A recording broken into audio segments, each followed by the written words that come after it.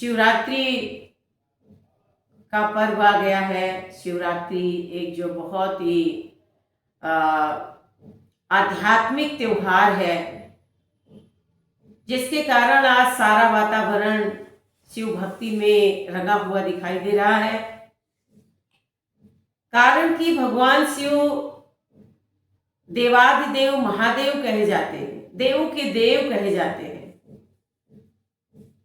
और इतने दयालु हैं कि चाहे राक्षस हो, चाहे देवता हो, चाहे गृहस्थी हो, ऋषि मुनि साधु सन्यासी हो, सभी उनके परम भक्त हैं।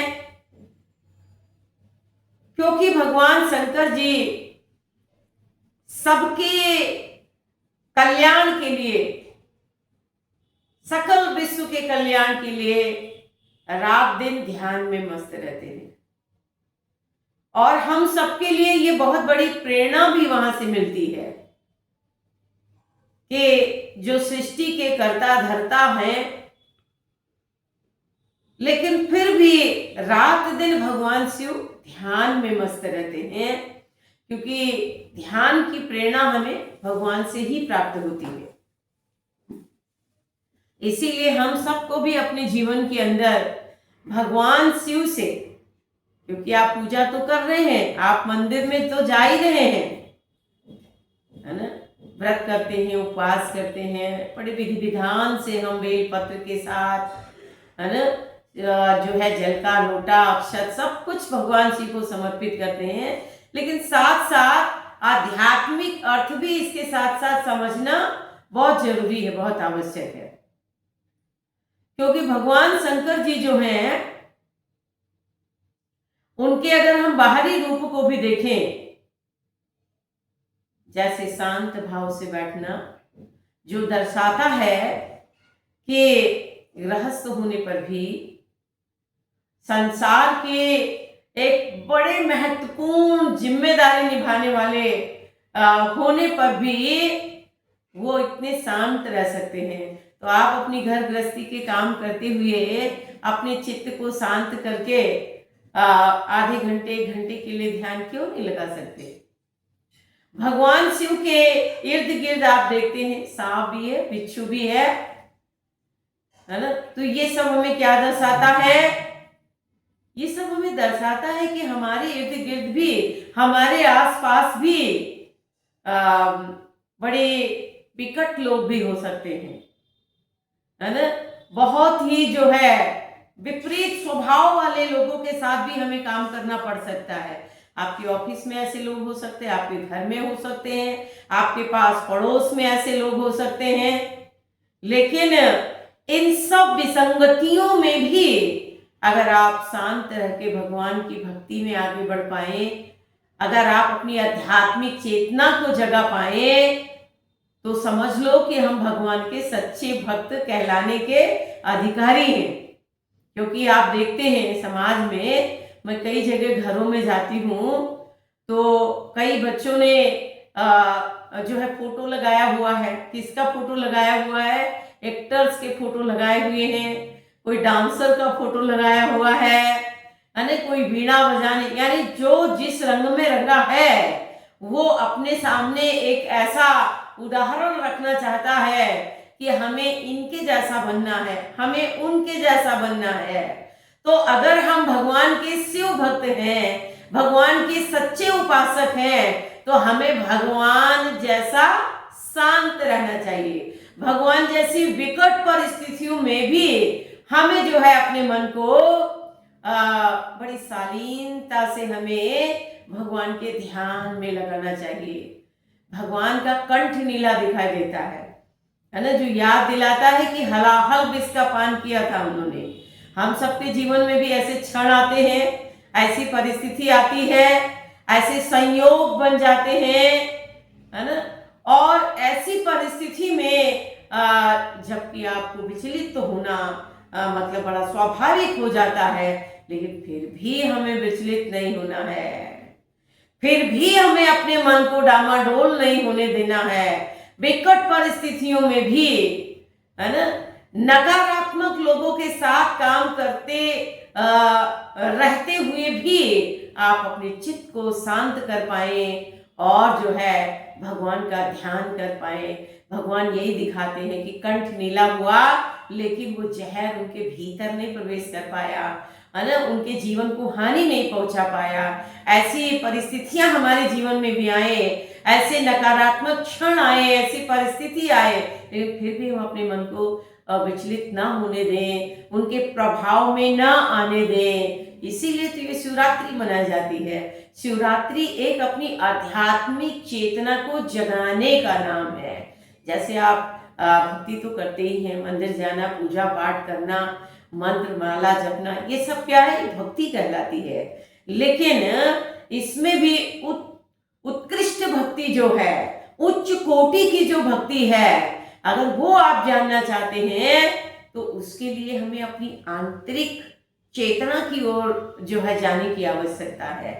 अगर आप अपनी आत्मा की ओर जाते हैं, अपने हृदय मंदिर में रहने वाले उस परम अविनाशी ज्योति स्वरूप भगवान शिव के अगर आप दर्शन पाने के लिए उत्कंठित होते हैं, इतना ही नहीं, अगर आप मन मंदिर में जाना सीख जाते हैं, ध्यान करना सीख जाते हैं, तो हृदय में ही हम दर्शन कर पाते हैं देवाधिदेव महादेव के। और तब जो है इसी जर्नी को आध्यात्मिक जर्नी कहा जाता है। ये एक आध्यात्मिक ज्ञान जो है कहा जा सकता है। और इसकी चर्चा भगवान शंकर जी शिव पुराण में भी बहुत विस्तार से करते हैं। आप देखेंगे उमा संहिता में, तो वहां पर भगवान शंकर जी माता पार्वती को उपदेश दे रहे हैं, और उपदेश देते हुए भगवान शंकर जी समझाते हैं कि हे देवी, जो मुंह से उच्चारण करते हुए मेरा नाम लेते हैं, मेरा जप करते हैं, भगवान कहते हैं कि कितना, केवल 5% लाभ मिलेगा। कोई मन मन में जाप करे 10% लाभ मिलेगा, है ना। लेकिन अगर कोई प्राणायाम के द्वारा, है ना, आजपा नाम गायत्री योगिनाम मोक्षदायिनी यस्य संकल्प मात्रेण सर्व पापे प्रमुच्यते, उस अजपा गायत्री का अगर हम ध्यान करना सीख जाएं तो कहते भगवान शिव कहते 100%, 100% लाभ होता है। इसके साथ साथ भगवान शंकर जी वहां पर यौगिक क्रियाओं का वर्णन सुनाते हैं, है ना। यौगिक क्रियाएं जिसमें कि एक साधक, एक शिष्य ध्यान करता है, अपने मन मंदिर में प्रवेश करता है। और जब आप अपने मन मंदिर में प्रवेश कर जाते हैं, तब आपको बिना बजाए, है ना, यानी बिना बजाए नाद ब्रह्म सुनाई देता है, जिसे शिव नाद, जिसे अनाहत नाद समझाया गया है। और वही शिवनाद जिसके बारे में भगवान कहते हैं कि अगर कोई नियमित रूप से 1 घड़ी 2 घड़ी रात्रि के समय बैठ करके अनाहत नाद का ध्यान करता है, साधना करता है, तो इसके प्रभाव से वो मृत्यु को भी जीत सकता है, काल को भी वो मात दे सकता है। ऐसी है ये आध्यात्मिक साधना। और यही साधना भगवान शिव ने किया था, करते रहते थे। इसीलिए कहते हैं एक बार ऋषि मुनि देवता उनके चरणों में पहुंचे निवेदन करने के लिए कि भगवान 3 ऐसे जो है राक्षस हैं, ये बड़ा उत्पात मचा रहे हैं संसार के अंदर। तो भगवान ने कहा कौन राक्षस है? बोले त्रिपुरासुर। त्रिपुरासुर नाम के राक्षस हैं।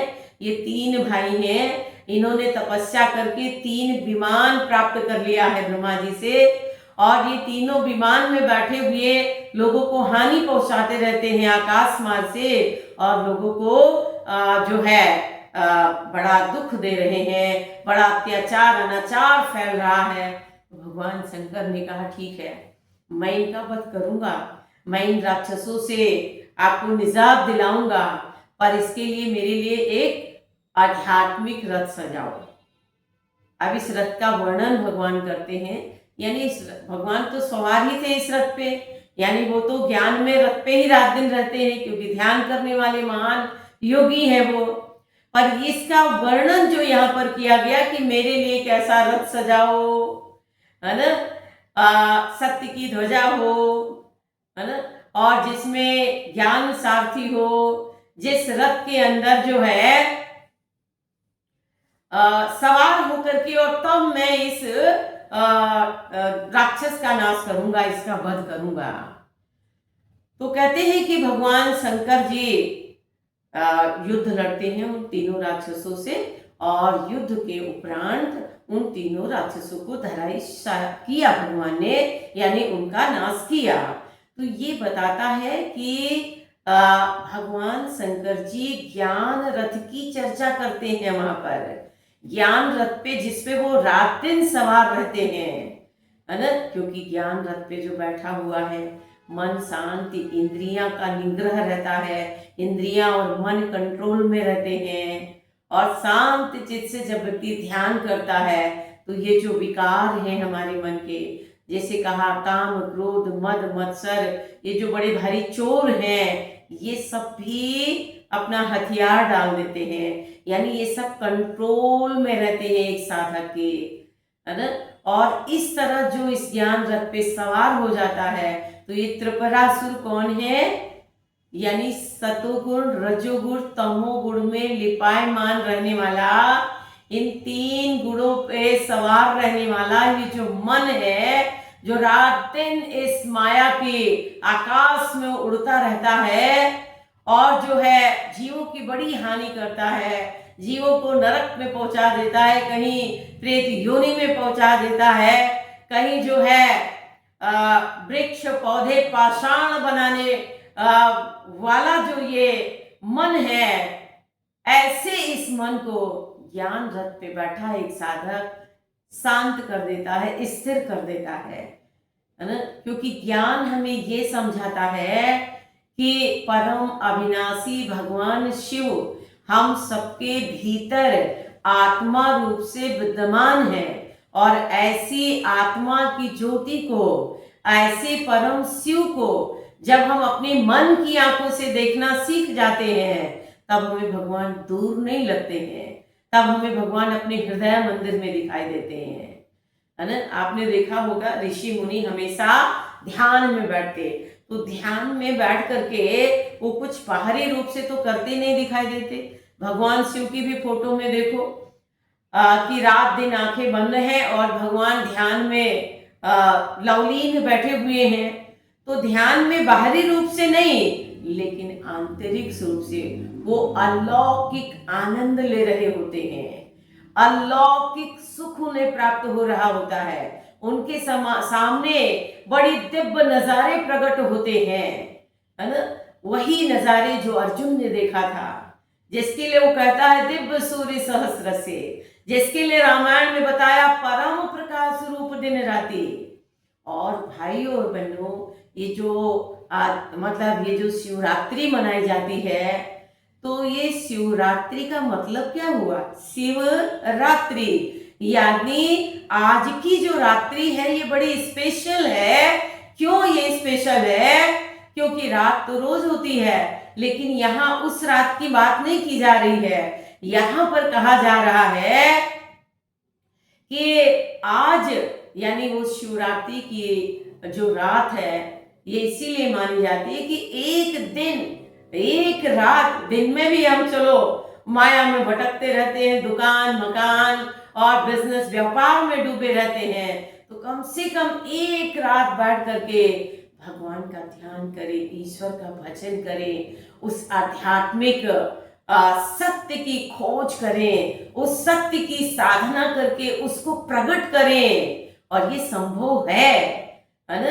ऐसा नहीं है कि ये सब चीजें केवल लिखी गई हैं, केवल बताने के लिए या पढ़ने के लिए, रटने के लिए नहीं, ये चीजें हमें समझाने के लिए, हमारे मन की आंखें खोलने के लिए है।